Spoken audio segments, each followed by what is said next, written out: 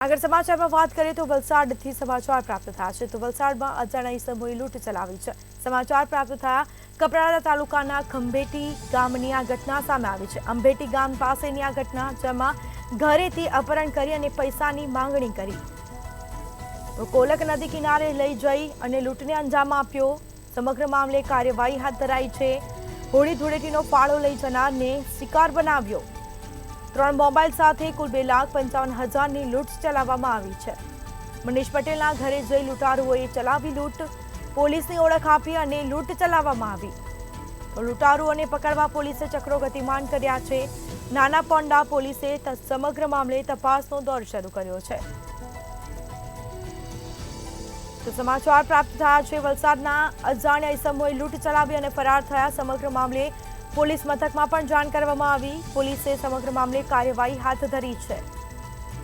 ઘરેથી અપહરણ કરી પૈસાની માંગણી કરી હતી। કોલક નદી કિનારે લઈ જઈ અને લૂંટને અંજામ આપ્યો। સમગ્ર મામલે કાર્યવાહી હાથ ધરાશે। 3 મોબાઈલ સાથે કુલ 2,55,000ની લૂંટ ચલાવવામાં આવી। લૂંટારુઓને પકડવા પોલીસે ચક્રો ગતિમાન કર્યા। સમગ્ર મામલે તપાસ હાથ ધરાશે।